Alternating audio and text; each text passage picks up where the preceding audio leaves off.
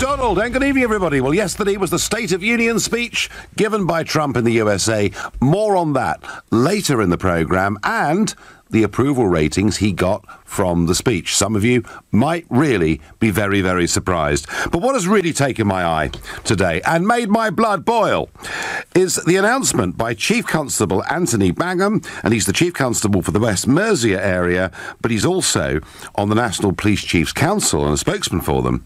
He has said that in future, the tolerance in terms of people speeding should disappear. So he's arguing, at the moment, there's a 10% tolerance, OK? So if you're doing, 34 miles per hour, you are very unlikely to be sent on a speed awareness course or to get 3 points and a fine. He's saying that should end and that speed limits should be absolute. So if you're doing 31 miles an hour and you've got nothing on your licence, it'll be a speed awareness course. If you have something on your licence, you'll be fined for doing 31 miles an hour. What he didn't talk about, but what I also want to bring in to this discussion about our roads and driving tonight, and I know our roads get busier and busier and busier, but there are many times when our motorways are perfectly passable. We have, without doubt, the best engineered and maintained motorways in the world, and I really do believe that. I think that the speed limit of 70 is completely and hopelessly outdated, but I also think that whether you should be stopped and fined or sent on a speed awareness course should also have something to do with discretion. What's the weather like? Is it raining hard? Is the traffic heavy?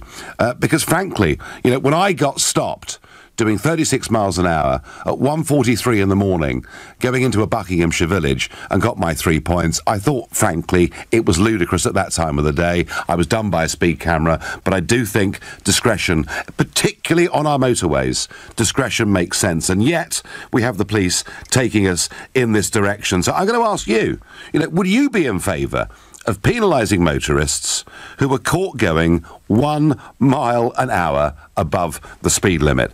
And perhaps you think, yes, the law should be absolute, in which case you can call on 0345 6060 973, or maybe you think if we were to really enforce 30 like that, most drivers would go around obsessed with the speedo and not looking at the road ahead, and that'd be even more dangerous, in which case text to 84850. Or maybe like me, you think all our speed limits need a complete and utter rethink, in which case tweet using the hashtag Farage and LBC at LBC, watch us on Facebook, comment there too, and I want a little bit of expert help, I think, to get me through this. And I'm going to go to Rebecca Ashton, and she's head of driver behaviour and they used to be called the Institute of Advanced Motorists, but it's now called Road Smart. Rebecca, good evening. Good evening, Nigel. So, we know that speed, and we saw 3 young boys killed in South London over the course of last weekend by a completely out-of-control car. So we know speed and bad driving are a dangerous combination, but how do you respond? How do you respond to Chief Constable Bangham saying that if you're done doing 31 miles per hour, something should happen to you? Well, I think there's a couple of things we need to think about. Drivers certainly want more enforcement, particularly of drink and drug driving, careless driving, mobile phone use. And so therefore we want to see more traffic police out doing that. But the police, we need to have a more consistent approach across the whole of England, because at the moment we haven't got consistency. So we need consistency to be able to do that. The limit is the limit, but because of the lack of constituency in sort of areas, there are these urban myths that appear between people. So I think we really need to look at the consistency approach, first of all, seeing the police out on the road, and then we also need to think about the very small things, for example, the detection equipment. I understand that at the moment there is, I think it can detect up to 2 miles an hour leeway. Yep. So I think we need to think about that as well if we're going to be saying that, 30 is 30 and that's it. Rebecca, give me a thought too on motorway speed limits. Well, at the moment we have a 70 mile an hour limit, as you know. We have more and more traffic on the roads. I think at IM Road Smart we're open to the possibility of changing that. But what we don't want to see is that perhaps a speed limit going up and being changed and then people breaking that. So I think if we're going to do anything with the speed limits, we have to be quite stringent on what we're going to do with regard to enforcement. But if a law becomes a reasonable law, isn't there more chance people might actually obey it? Because my observation, Rebecca, is that in good conditions on our motorways, most people think the 70 mile an hour speed limit is hopelessly out of date and they simply ignore it. Well, I mean, I would like to think that people understand the 70 limit and think about the stopping distance. I drive on motorways, probably like you, quite frequently, and people still drive too close to each other. They don't think about the stopping distances. We take it for granted that motorways are our safest roads, and so therefore we perhaps take more risk with speed than we should. I do think we need more enforcement, and we need to make sure that we are sort of sticking within the law. If we're going to have the law at 70, then we need to stick within it. Right, Rebecca, thank you very much indeed. Well, Rebecca Ashton there from Road Smart, and she thinks we should basically keep within the law, and I do understand that argument and why she makes it. I think we need to have a lot more latitude. I think conditions vary. I drive in France a lot, and in France there's a 130 km/h limit, which is about 82, 83. But if it's raining hard, they reduce it to 110. That seems to be actually rather sensible, that the speed limit adjusts according to what the conditions are. And I think the police should operate with discretion on this. Clearly, if motorways are crammed, if it's busy inside towns, you've got to enforce some kind of limit. But the thought we should all be driving, into London in lit areas, focused on that speedo to make sure we're not doing 31 to the, frankly, pushing aside all the other risks there may be, strikes me as being nuts. That's what I think. What do you think? What does John from Limehouse, a new caller to the show, think? John, good evening. Hello, Nigel. How are you? I'm well, thank you. Nigel, these speed cameras and speeds. I'm a professional lorry driver. Okay. Transport for London want to bring the speed limits into London 20 miles per hour. I agree. Speed limits, cameras are placed in areas of danger for a reason, to capture people who are speeding. Now, you can drive your car at 18 miles per hour.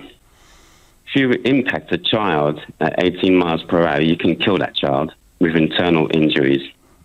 Well, then why not ban... Well, John, why not ban cars completely then in London? No, there's no point in banning cars. Well, then... I've always said that for years, but... So at what speed, John, at what speed would impacting a child cause no problem at all? No, there's no... Well, there we are. Impacting the child at 18 miles per hour will kill a child with internal injuries. Now, cameras set up around London, I strongly believe that there should be more cameras and there shouldn't be any warning signs when you're approaching a camera.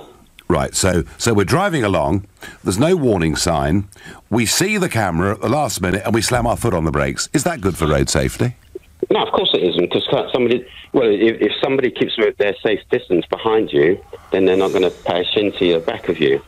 But, if you're caught speeding with the camera, then, you've broken the law. It's pretty simple, really, isn't it? So, John, you really think that a 20 mph limit within our city makes sense? Well, Nigel, I can get on a push bike, and at the busiest time of during the peak period of London traffic, I can go on a push bike from, say, Canary Wharf. I can get to Heathrow Airport faster than a car on a push bike. In a busy time, yes. Yes, everybody knows this, right? So if people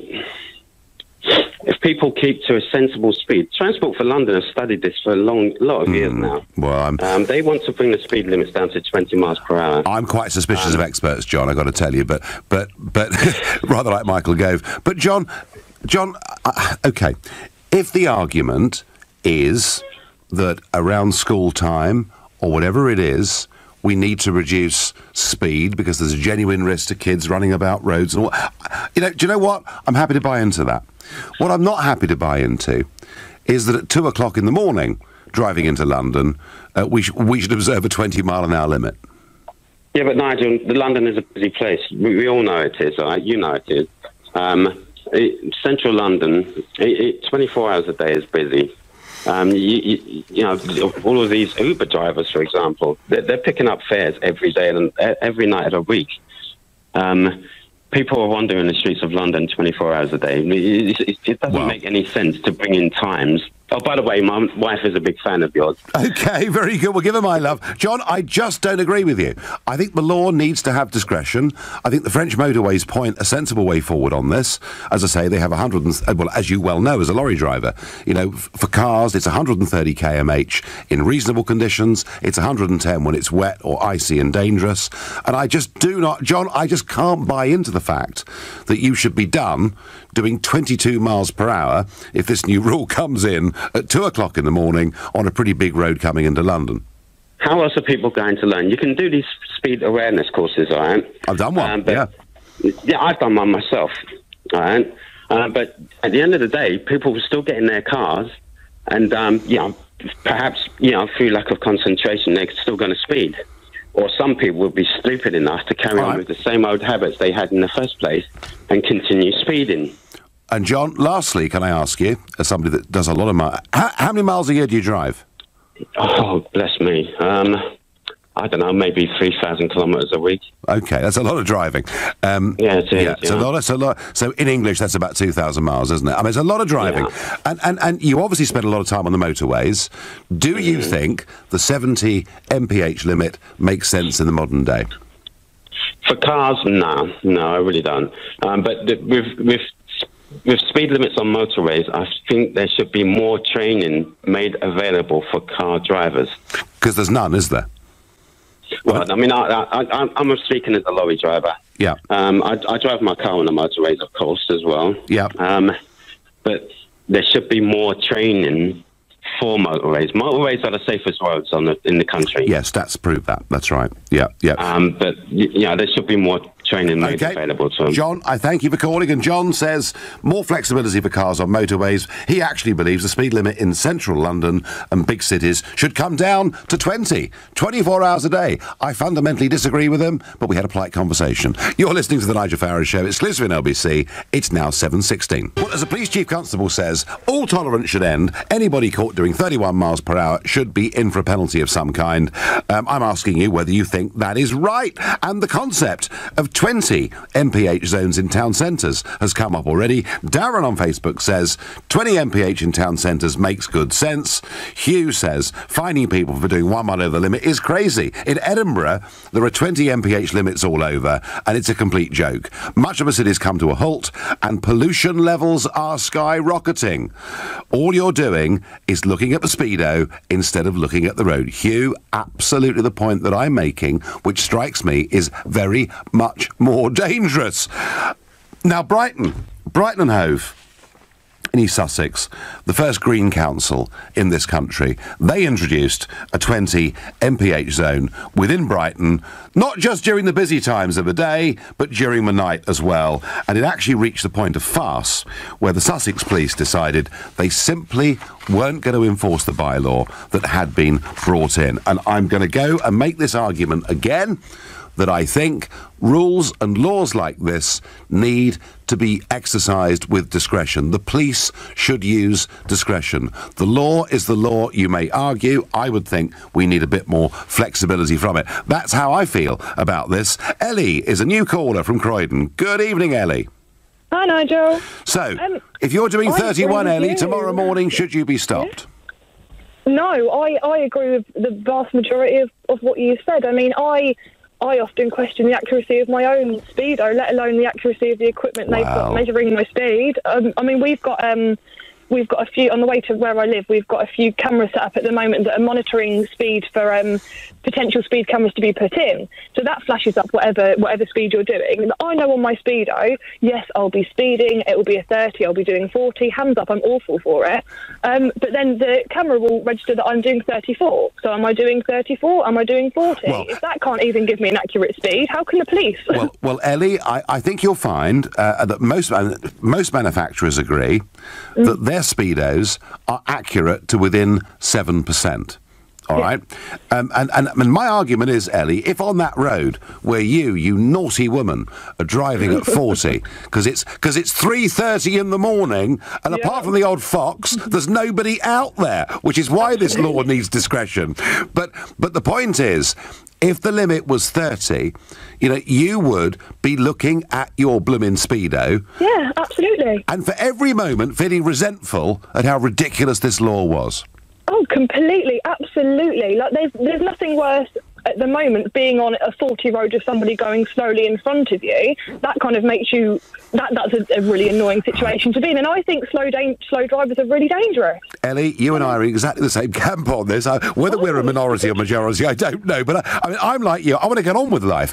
How do you get on with motorways? Do you drive much on motorways? I drive a lot on the motorways. I completely agree with you. There needs to be more leeway and flexibility with it. I mean, I personally like what you said about France. I think they've got a really good idea. But at the same time, like Germany, on their autobahns, no speed limits, hardly any accidents. Well, I'm not saying no. I'm not saying that's a good idea. I'm not saying we should go that far, because you're going to have that level of trust that people are going to not be ridiculous, and what. But people no, you're right, Ellie. There are.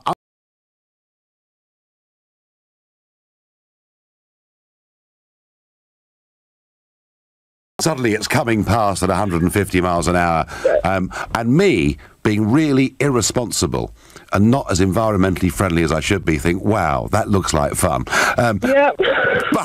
But of course, if they do have an accident on those motorways at those speeds, they are going to be fatal, and probably not just to the driver, to other innocent people as well. But no, no doubt it would be catastrophic should anyone crash at that sort of speed. Absolutely. I mean, Ellie, I would bring the speed limit on motorways to 80 miles per hour, up from 70 miles per hour immediately, but very, very happy during congested and busy times for, a big sign to say 60 or 70 or whatever it is. And that, to me, would make a lot of sense. Oh, I completely agree with you. I mean, at the moment, I don't know if you drive on M25 often. I'm very sorry for you if you do. Oh, it's horrible. Worst road. So how often will you be driving down the M25 and it's busy, so they have variable speed limits? Yes, and you know what? Actually, I don't really have a problem with that. No, because they're going to be there for a reason. I'm approaching traffic. They're slowing us down. It's for everyone's safety. And I don't see that being an issue. I drove yesterday morning, Ellie. I drove on the M25 yesterday morning between 4 and 4:45 in the morning. There were a few lorries, and they didn't have those, limiters up. But equally, on a big 3 and in many parts 4-lane motorway, engineered to an incredible standard, I thought yesterday morning this limit of 70 is totally ludicrous for these conditions, given that it was brought in over 40 years ago. It was done to reduce fuel consumption, of course, but actually our cars, our brakes and everything. Ellie, you and I are in the same club. We want to get on with life. I thank you very much indeed for your call. I don't agree, Nigel. 30 miles an hour is the law. Nothing over should be allowed. The law is the law and should be respected, is what Kathy tells me by text. Kathy, if you're right, we will all spend the rest of our lives looking at the speedo, whether it's 20 or 30. In fact, thinking about it, any of you that own your own cars out there, you'll never get out of second gear if you're driving in a city, which of course means that fuel consumption actually will be higher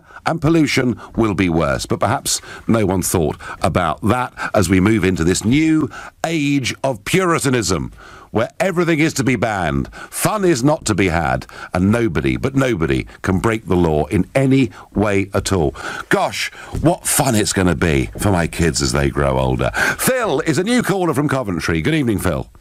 Hello, Nigel. You all right? Yeah, I'm all right.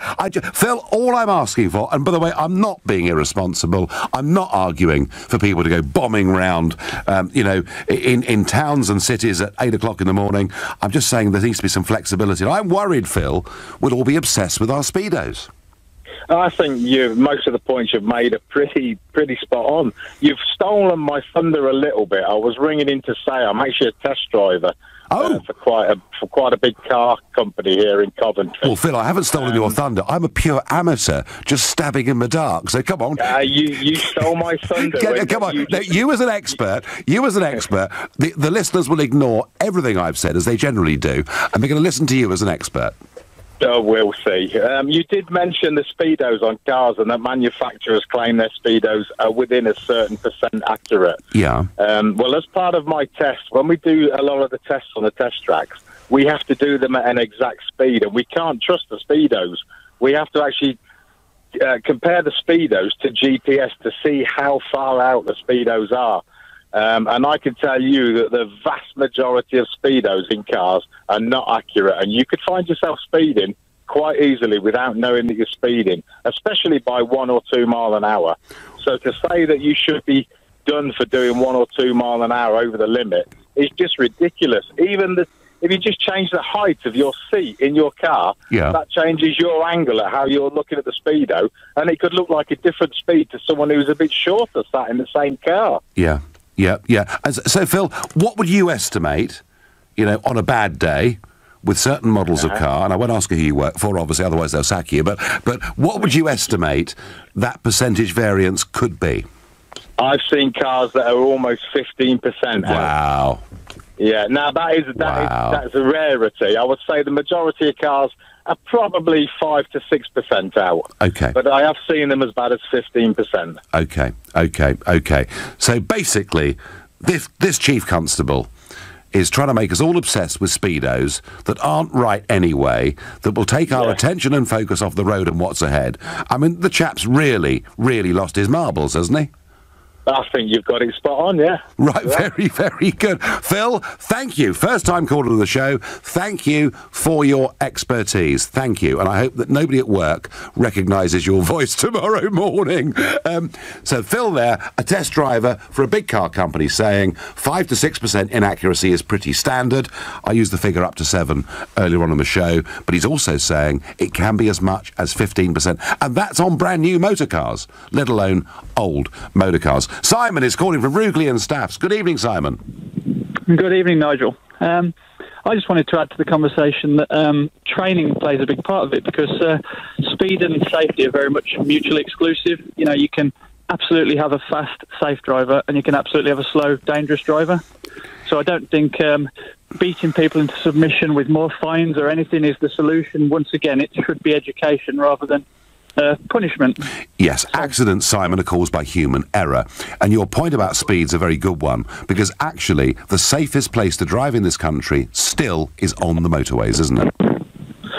Well, that's because you will always have the slowest collisions on a motorway, because if you think about it, if someone going 70 hits someone going 50, it's a 20-mile-an-hour collision, whereas on a 60-mile-an-hour road with people coming the other way, that's 120 mile an hour. Yeah.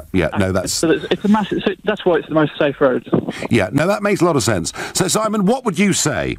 What would you say to Chief Constable Anthony Bangham, who wants to be absolutely literal on 21 miles an hour, 31 miles per hour, 71 miles per hour? Well, I'd say the tolerances of speeds, like the last caller said, of speedos comes into play, and you could never do that, because 10% is there for a reason, because cars aren't the same.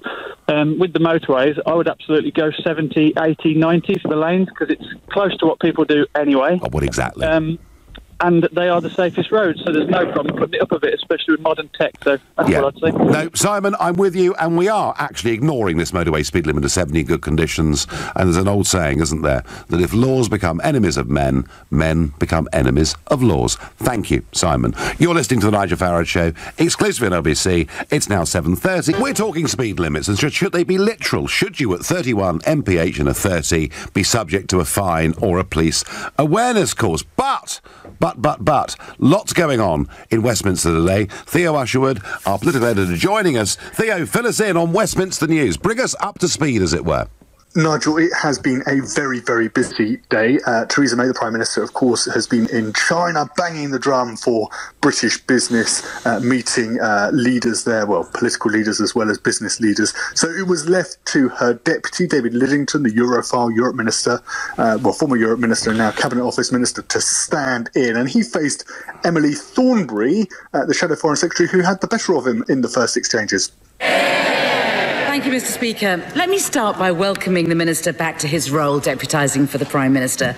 Last time he did so was in December 2016, when his party was 17 points ahead in the polls, and he told the House that the Labour Party was, I quote, quarrelling like the film Mutiny on the Bounty, reshot by the team who made Carry On. Well, what a difference a year makes. Thornberry went Nigel. she's very pleased with herself, wasn't she? Yeah, she was. She enjoys it, and she's got Damien McBride, who of course did PMQs for Gordon Brown when he was Prime Minister, by her side, giving her all the quips and jokes as well.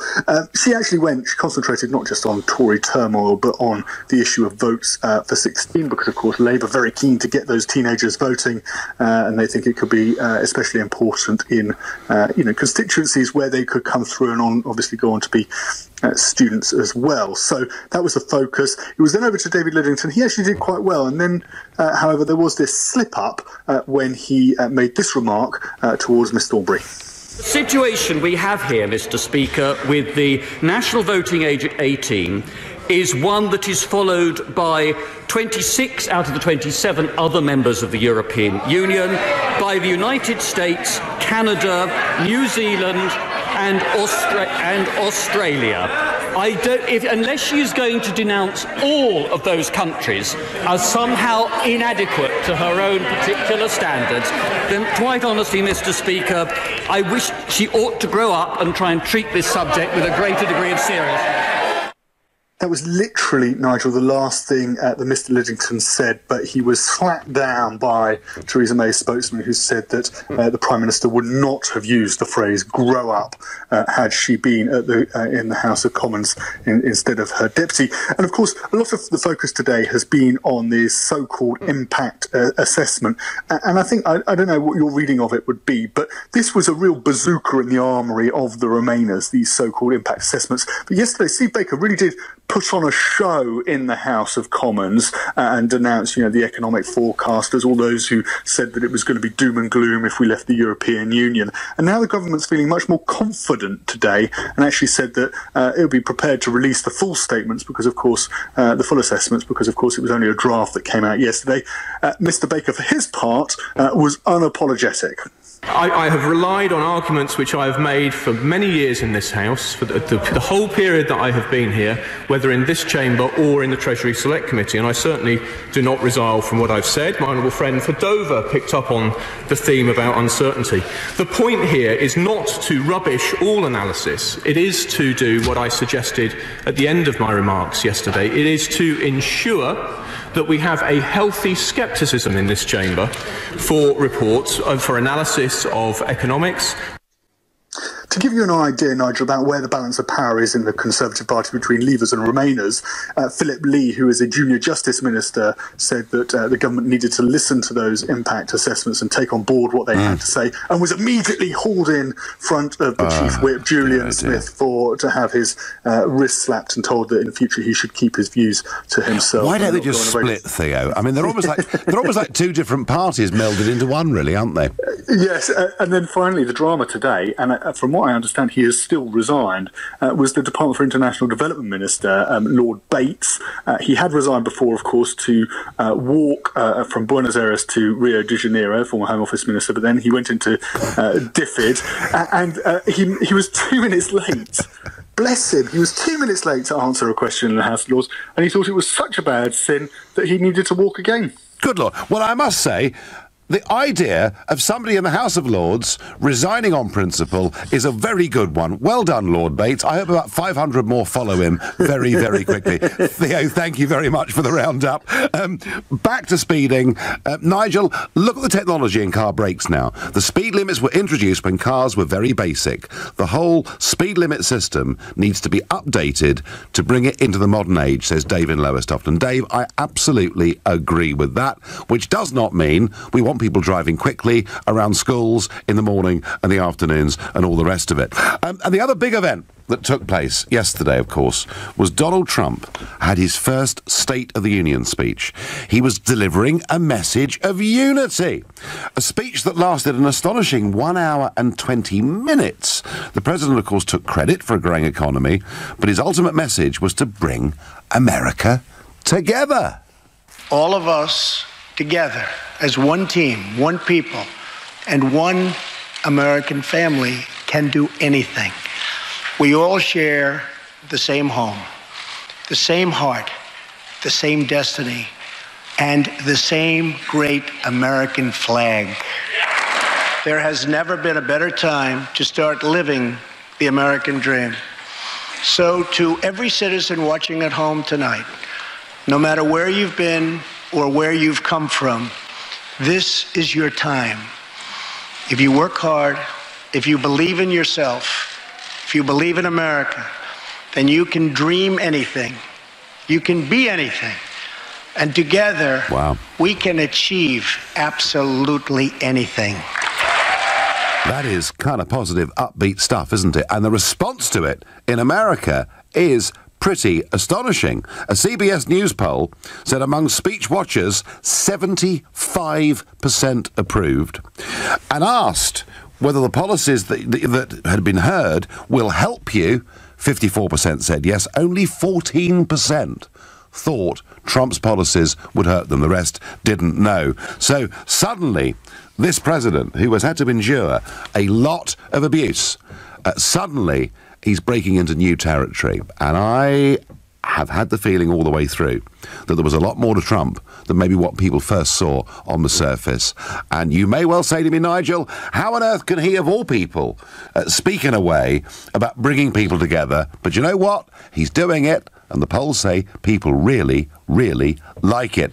Kim is calling me from Herne Bay in Kent. She's a new caller to the show. So, Kim, do you ever drive at more than 30 miles per hour in a 30? Nigel, I'm going to get beaten up here, I know, tremendously, but I've got to have a go at trying to get you to change your view.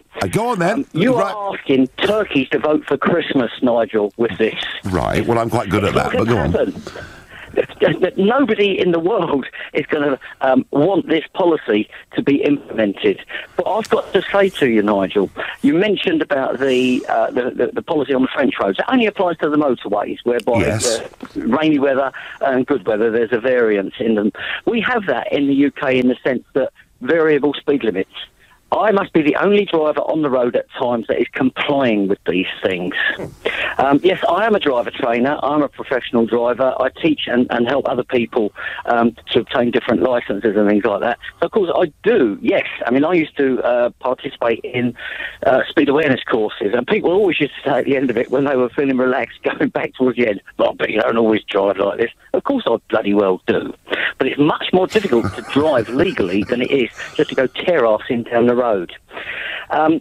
You're talking about cars. You've emphasised this issue of cars at 2 o'clock in the morning in a 30 zone. Absolutely, Kim. Fine. We can't implement what we're doing. How do we implement all these various things you're suggesting? Because I would introduce another thing. What about the guys in the lorries? What about the people with the big tow vehicles and big trailers on the back? The implications of exceeding 30 miles an hour in a small car are one thing, but what about if you're in a HGV, a bus, a coach? Well, Kim, this debate is about cars. I haven't got into the technicalities of HGVs or... No. But it embraces it, which is why the authorities are talking about it. It's a limit. Kim, Kim, you've come on LBC to get me to change my point of view, because you think I'm just an irresponsible, outdated dinosaur. OK, fine. Convince me that when I'm driving, I mean, OK, very close to you is the Thanet Way, right? A very, very good, modern, dual carriageway, built to incredibly high engineering standards. I'm sure with that you would agree.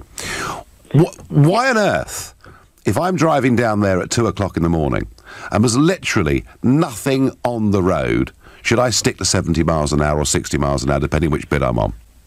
Because we are not Terminators, Nigel. Our mind wanders, and we do not concentrate on the road sufficiently. Things build up in front of us, and we react. We are not proactive. And whether you are driving at 2 o'clock in the morning, then you have all the other things about. I'm not scientific about these things, about the body clock and the lows and highs with your cycle and so forth.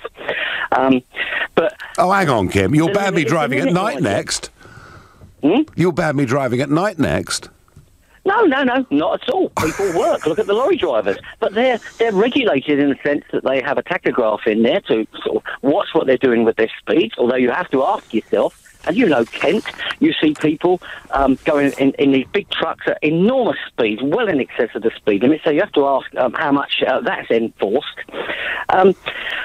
Speed, if you ever got experts talking to you about this, they'll tell you that speed is not necessarily the issue when it comes to the incident. It's all the other driving behaviours. We drive too close, we don't concentrate. Yes, Kim, I agree with you, which is why I'm saying that to be absolutist about 30 in a 30 mph and to get drivers focusing on the speedo to the exclusion of other things they should be looking at and thinking about is a mistake. Speed surely actually causes a much smaller percentage of the 1,700 road deaths every year in this country than almost all the other factors. I work with people, and I cannot believe the response I get from people when I highlight the fact that they're in excess of the speed limit. What does it matter? It's almost more people will break the speed limit than will vote in a bloody Brexit election or a general election, because it is just totally... Doesn't that tell you, Kim, we might have... Doesn't it tell you, Kim, we might just have the limits wrong? No, we don't, Nigel. All right, Kim, I've got to leave it there. You've made your point with great passion, great conviction. I'm quite prepared to accept that in many, many instances you may well be right and I may well be wrong, but hey, I think what I think. You're listening to The Nigel Farage Show here on LBC. It's 7:47. I take the view that to enforce speed limits literally, so that if you're 1 mph above a 20, 30 or 70 or 50 or 60 limit, I think it's nuts. But lots of you think the law's the law, and hey, driving can be very dangerous, and that's what we need to do. And on a driving-related issue, as the new Puritanism sweeps our country, we learn today that the Formula One grid girls are all to lose their jobs. That's right, they're all to be sacked. And there was a very interesting response from Lauren Jade, and she appeared on This Morning, and she says this: because of these feminists, they've cost us our jobs. I've been a grid girl for 8 years, and I've never felt uncomfortable. I love my job. If I didn't, I wouldn't do it. No one forces us to do this. This is our choice. Well, I'm very sorry, Lauren, but you've lost your job. And the darts girls have also lost their jobs.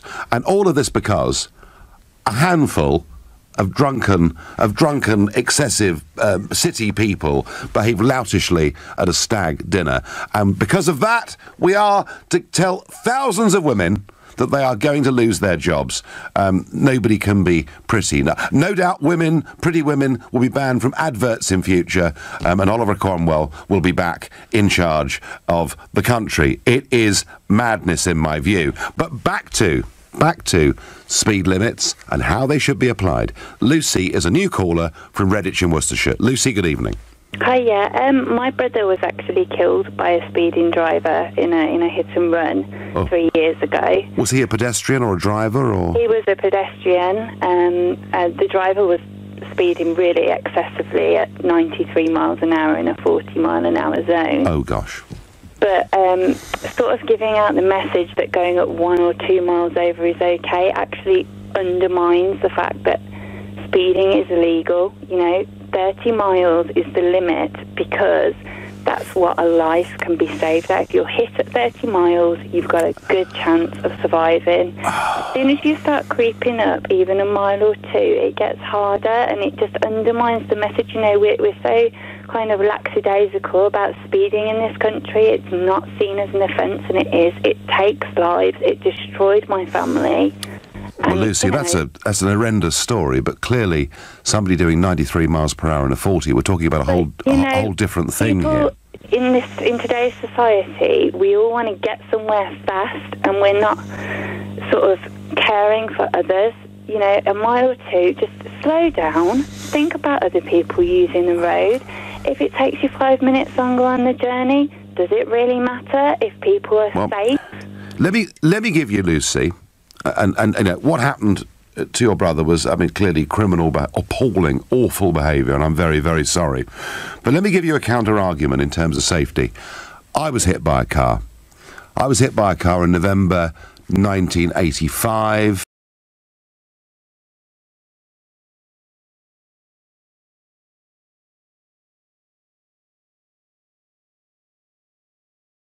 The car was coming up the road. I was wearing a dark overcoat. The car didn't see me. I was hit. They think the car was doing about 28 to 30 miles per hour. I was in hospital for 4 months. Very, very lucky to survive. Lucy, my point is that was a 30 mph road, albeit with that crossing.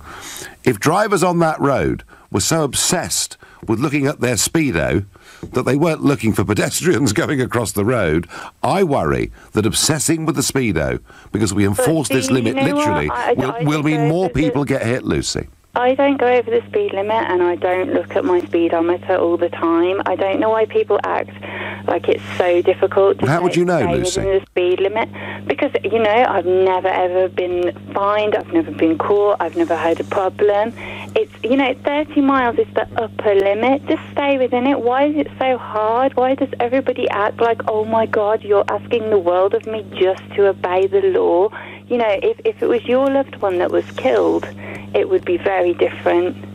Lucy, I understand that argument, but your loved one wasn't killed by somebody doing 36 and a 30. Your loved one was killed by somebody who was criminal. Because those few miles can make the difference. So would you... you survived your accident. I was lucky. I was very lucky.